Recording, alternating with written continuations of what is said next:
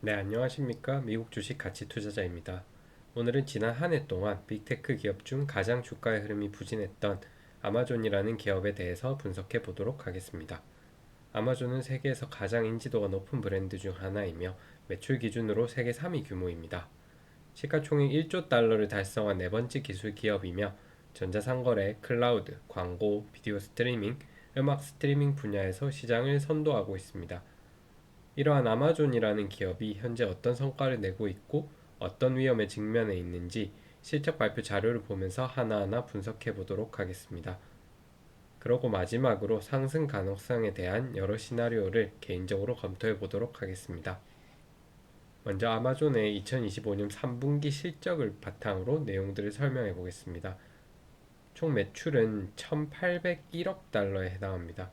사업 부문별로 보면 북미에서 발생한 커머스 사업 매출이 대략 1,000억 달러, 북미 이외에 국외에서 발생한 매출이 400억 달러, 그리고 아마존 클라우드 사업인 AWS 매출이 330억 달러에 해당합니다.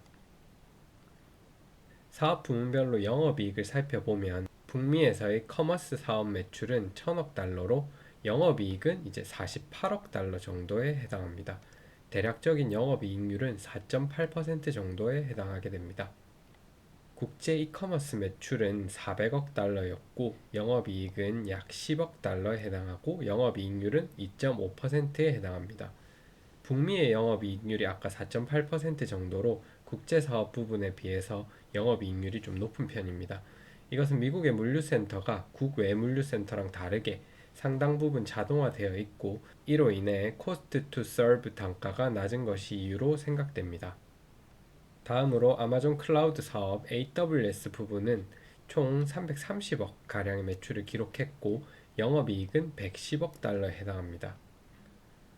총 영업이익이 170억 달러인데 여기서 아마존 소프트웨어 사업 AWS가 110억 달러로 거의 68%를 차지하게 됩니다.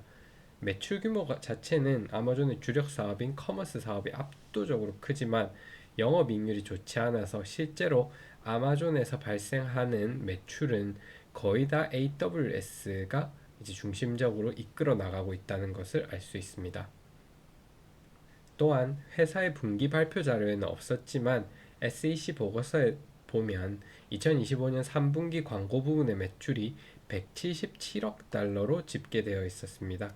해당 매출은 북미 국외의 커머스 매출에 녹아 있기 때문에 커머스 매출이 아까 총합이었던 1,400억 달러 중 177억 달러에 해당해서 커머스 매출에서 차지하는 비중에 대해서는 총 12% 정도의 매출에 해당합니다.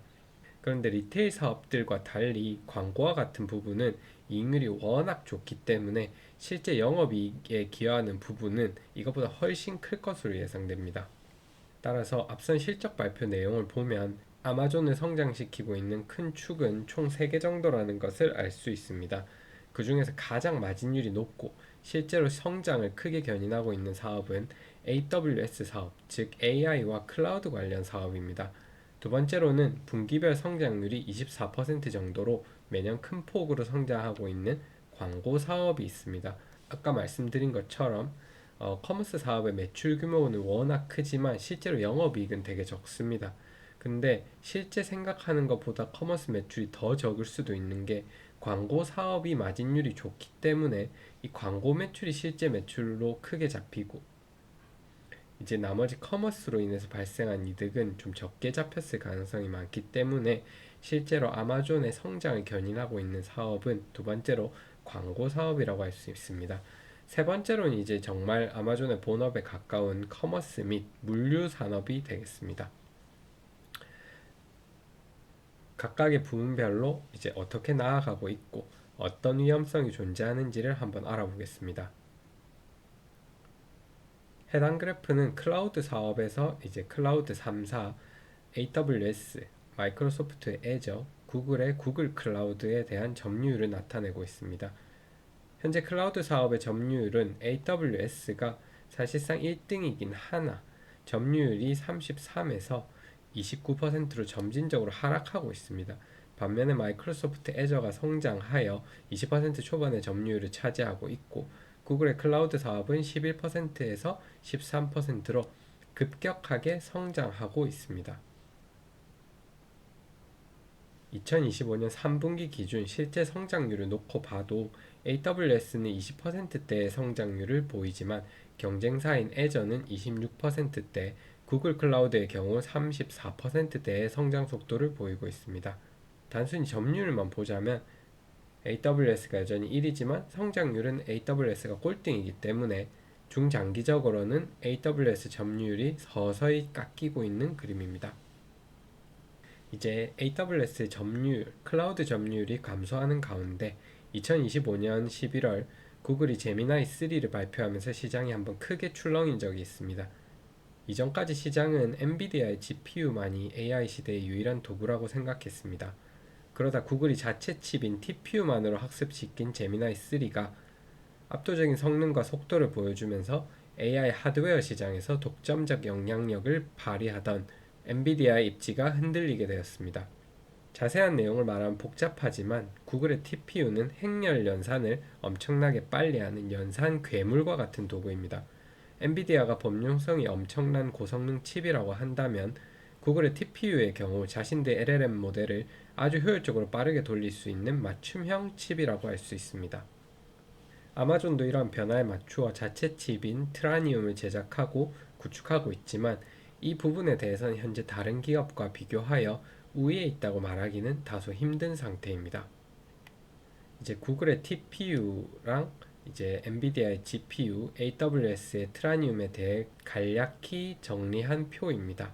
제가 트라니움에 대해서 회의적으로 보는 것은 소프트웨어 스택에 해당하는 내용 때문입니다.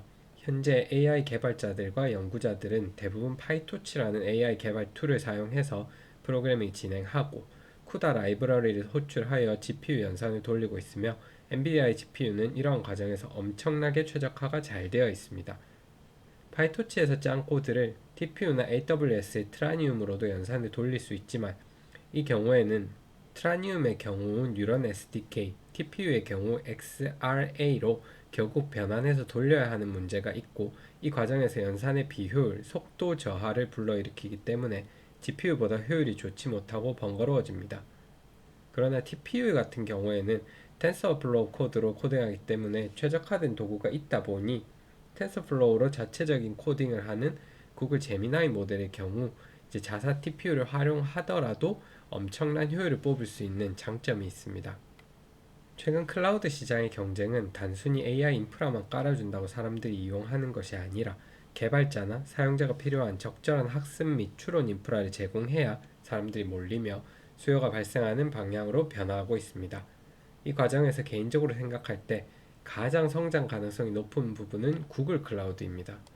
자체 모델인 제미나이의 데이터 처리량을 빠른 속도로 저렴하게 돌릴 수 있으며 GPU와 TPU를 동시에 운영하여 범용 클라우드 공급자로서도 가격적 우위를 가진다고 생각합니다. 두 번째로는 마이크로소프트인데 마이크로소프트는 오픈 AI의 모든 것이 달려있다고 생각합니다. GPT 생태계는 애저를 통해 클라우드를 제공받기 있기 때문에 오픈 AI가 잘 되면 마이크로소프트도 덩달아 클 것이고 망한다면 애매한 포지션으로 AWS와 같이 부유하겠지만 애저는 아마존보다는 B2B 서비스에는 강점이 있다고 생각합니다. 가장 애매하다 생각하는 건 AWS입니다. 엔스로픽도 잘하고 있지만 아직 상업적으로는 부족하고 트라니움 등 자체 칩의 경쟁력도 부족합니다. AI 클라우드 사업의 전체 파이가 성장하면 어느 정도 수혜를 같이 받겠지만 다른 회사와 비교하여 성장률이 떨어지는 것은 확실할 것으로 생각됩니다. 이제 아까 말했던 두 번째 아마존의 성장 동력인 광고 매출에 대해서 알아보겠습니다.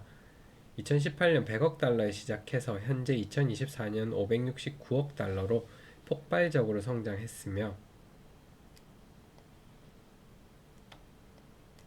2025년 올해 600억을 초과할 것으로 예상됩니다. 광고 수익이 매출의 상당 부분을 차지하고 기존의 이커머스 사업에 비해서 압도적으로 영업이익률이 좋기 때문에 아마존의 큰 관심사이자 성장 동력입니다. 광고를 맡기는 광고주들 입장에서도 실제로 물건을 비교하고 구매로 연결이 되기 때문에 현재까지는 효과적인 광고 플랫폼으로 인식되고 있습니다. 그러나 최근 들어 이러한 흐름에 큰 변화의 조짐이 보이고 있습니다. 2025년 11월 아마존은 퍼플렉시티를 상대로 소송을 제기했습니다. 이는 퍼플렉시티가 AI 쇼핑 툴을 구축하고 있기 때문인데요. 최근 서비스 중인 퍼플렉시티의 코멧이나 챗GPT의 인터페이스만 봐도 AI 챗봇에서 검색하고 해당 정보를 바탕으로 바로 구입을 하는 시스템을 구축하고 있습니다. 이커머스가 과거에 등장한 이후 우리는 일반적으로 해당 제품을 아마존이나 선호하는 사이트에서 제품을 검색하고 리뷰들을 하나하나 비교하면서 어떤 제품이 더 좋을지 찾는 과정을 거쳤습니다. 이 과정에서 아마존은 특정 기업의 제품을 상위 노출시켜 판매를 유도하고 이 과정에서 해당 기업으로부터 광고 수수료를 얻는 방식으로 성장해 왔습니다. 그러나 퍼플렉시티와 챗GPT 같은 LLM의 등장으로 사람들은 직접 힘들게 리뷰를 분석하고 좋은 제품을 찾는 과정을 하지 않고도 원하는 정보를 손쉽게 얻을 수 있습니다. 그리고 해당 정보를 바탕으로 바로 제품을 구입할 수 있게 해주니 사용자는 더 이상 아마존 사이트에 접속할 필요가 없게 됩니다. 이제 하나의 예시로 챗GPT에서 쇼핑 어시스턴트 모드를 누르고 겨울철 가습기를 구입하고 싶다고 질문해 보겠습니다. 그러면 즉시 챗GPT는 필요한 질문을 하기 시작합니다. 원하는 예산대가 얼마인지 먼저 물어봅니다. 그 다음으로는 어떤 형태의 제품을 원하는지, 사용 공간 어디인지 등을 구체적으로 물어봅니다.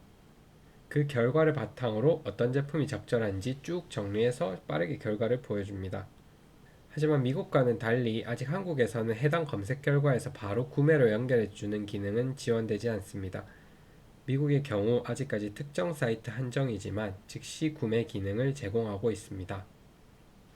아까 언급했던 쇼핑 어시스턴트 모드 말고 최근 도입된 에이전트라는 모드가 있습니다. 해당 모드는 챗GPT가 자체적으로 하나의 컴퓨터 화면을 생성하고 그 화면에서 스스로 사람처럼 행동하여 필요한 명령을 수행합니다.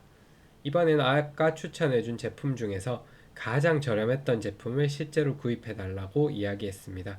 실제 사용 영상을 보여드리겠습니다. 에이전트 모드에 원하는 모델을 쿠팡에서 구입해라고 할 경우 인간처럼 이렇게 검색을 진행합니다. 검색 결과에서 상세 페이지에 들어가게 됩니다. 그리고 구매를 위해 장바구니에 제품을 담습니다. 그리고 장바구니에 들어가서 구매 과정으로 넘어가게 됩니다. 이제 장바구니에 들어가게 되는데 쿠팡 아이디는 실제로 연동이 되어 있지 않아 결제 시도를 하였으나 실제적인 결제로는 이어지지 않았으나 대부분의 과정을 GPT가 수행 가능한 모습을 볼 수 있습니다.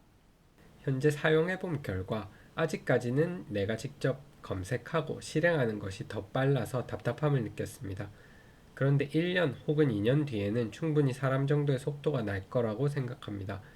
아마존이 아무리 이러한 흐름을 법적 소송으로 막으려 하더라도 도입 시기를 살짝 늦출 수 있을 뿐 거대한 흐름을 막기는 힘들다는 게 제 생각입니다. 아마존도 이러한 사실을 인지하고 여러가지 대응 방법을 고심하고 있지만 판도가 어떻게 흘러갈지는 좀 더 지켜봐야 할 것으로 생각됩니다. 분량이 너무 길어진 관계로 다음 영상에서 커머스 사업에 대한 고찰과 함께 개인적으로 생각하는 아마존의 시나리오를 말씀드리도록 하겠습니다. 이상입니다. 다음 영상에서 뵙겠습니다. 감사합니다.